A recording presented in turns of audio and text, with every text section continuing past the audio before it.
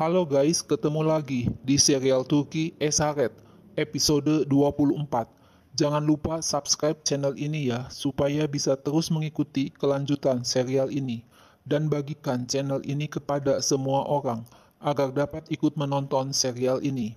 Kenan diberitahu Ismail agar menjauh dari Kaleli, jangan bertindak sendiri. Kenan berkata Kaleli harus membayar apa yang telah ia lakukan. Kenan mendatangi kantor Kaleli, tapi Kaleli tidak ada di kantornya. Kenan berkata kepada sekretaris Kaleli, jika kamu punya akal sehat, kamu tidak akan bekerja untuk Kaleli. Maryam dibawa ke suatu tempat dan diplester mulutnya. Melalui handphone, Kaleli menyapa Maryam. Kaleli akan segera ke tempat Maryam berada. Kenan mengeluh kepada Ismail. Apa maksudnya Kaleli menculik Maryam di tengah jalan?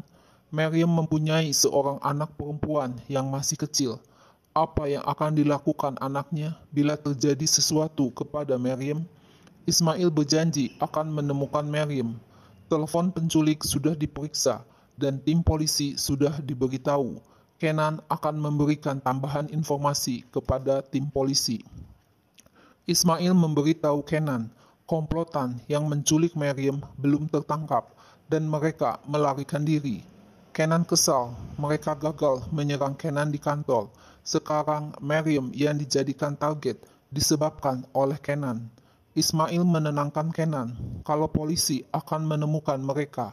Tiba-tiba Kenan menerima telepon dari Kaleli dan polisi menyuruh Kenan berbicara yang lama supaya bisa melacak lokasi si penelepon. Kenan minta agar Kaleli melepaskan Maryam. Jika Kaleli mempunyai sesuatu yang diinginkan, lebih baik berdiskusi dengan Kenan. Kaleli ingin agar Kenan melakukan apa yang diinginkan Kaleli, maka Kaleli akan melepaskan Maryam. Kaleli ingin Kenan mencabut laporannya atas Kaleli. Kenan minta berbicara langsung dengan Maryam untuk memastikan apakah Maryam baik-baik saja. Kenan mendengar suara Maryam yang mengatakan ia baik-baik saja. Kenan berkata, Maryam tidak usah khawatir, ia akan menyelamatkan Maryam. Kenan minta agar Maryam mengingat tempat di mana mereka berdua dulu bahagia. Maryam menjawab, ketika bersekolah dulu, Maryam dan Kenan pergi tamasya. Itu adalah tempat yang paling indah dan tempat yang paling Maryam suka.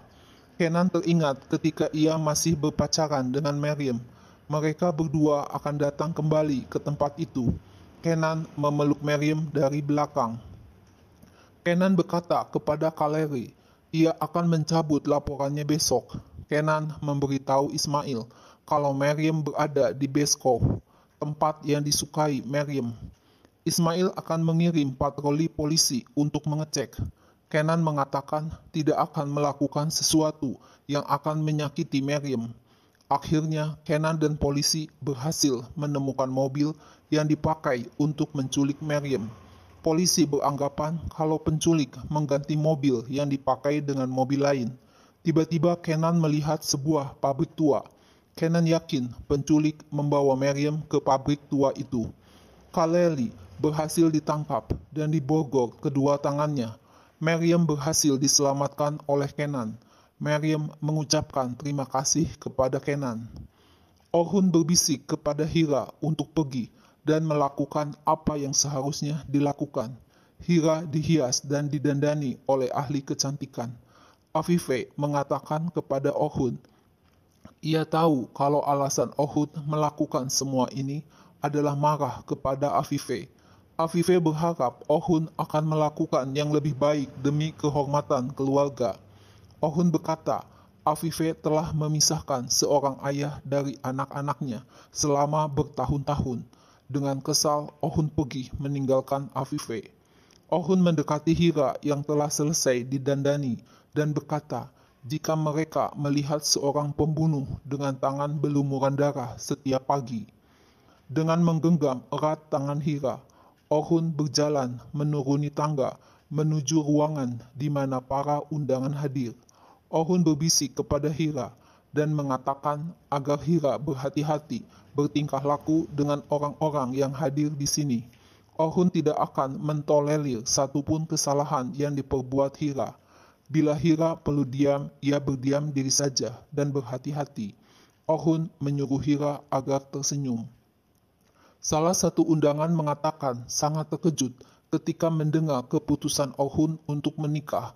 Tentu saja karena Ohun mempunyai istri yang cantik, sehingga Ohun tidak mau istrinya lari dari Ohun. Para undangan itu mengatakan demikian karena melihat Ohun yang terus menggenggam tangan Hira. Mereka memuji Hira adalah gadis yang cantik dan pintar. Mereka memberi selamat kepada Ohun. Ohun melingkarkan tangannya ke pinggang Hira. Ohun bertanya kepada Hira apa yang mereka tanyakan dan apa yang Hira katakan. Hira berkata, gelang yang dibelikan Ohun mereka pikir adalah diamond.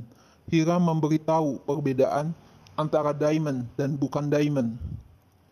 Ohun mengenalkan Nasif dan istrinya kepada Hira. Nasif bekerja di Afrika. Istri Nasif bekerja sebagai petugas pemadam kebakaran di Afrika. Nasif memuji Ohun dan Hira adalah pasangan yang menakjubkan. Nasif berkata kalau ia merasa kenal dengan Hira di suatu tempat. Istri Nasif tahu kalau Hira berada di Afrika selama beberapa tahun. Hira bisa menjawab semua pertanyaan Nasif dan istrinya dengan sopan. Istri Nasif memuji Hira yang mengerti seni. Istri Nasif mengundang Hira untuk datang melihat lukisan.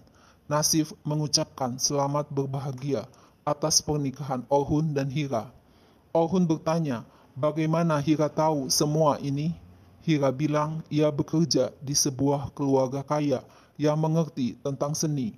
Semenjak majikannya dekat dengan Madame Koresa, mereka sering datang dan pergi bersama. Ohun bilang ini belum selesai. Hira tidak boleh melihat ke bawah terus. Kemudian ada tamu undangan yang mendekati Ohun dan mengatakan ia mengerti mengapa Ohun menikah karena tidak ingin menyembunyikan wanita yang cantik dan elegan. Mereka mengucapkan selamat berbahagia buat Ohun dan Hira. Ohun mengatakan tidak ada seorang pun yang perhatian kalau di belakang Hira yang polos adalah seorang yang jahat. Ohun berpikir Hira tahu bagaimana melakukan hal ini dengan sebaiknya. Hira berpura-pura dengan baik sebagai orang yang suci dan polos. Hira adalah seorang pemain yang sempurna. Sefket memberitahu Ohun kalau fotografer telah datang dan akan mengambil foto Ohun. Fotografer berkata kalau Afife ingin melihat Ohun dan Hira bersama dan akan dimulai sesi foto di sini. Ohun minta agar pembuatan foto tidak di sini, tapi di depan perapian. Ohun teringat akan foto Afife yang menikah dengan ayahnya di depan perapian. Afife melihat Ohun dan Hira di foto di depan perapian, sama dengan sewaktu ia menikah dengan ayah Ohun.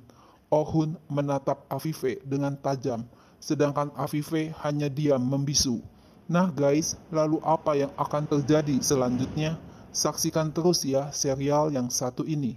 Jangan lupa subscribe dan share channel ini ya.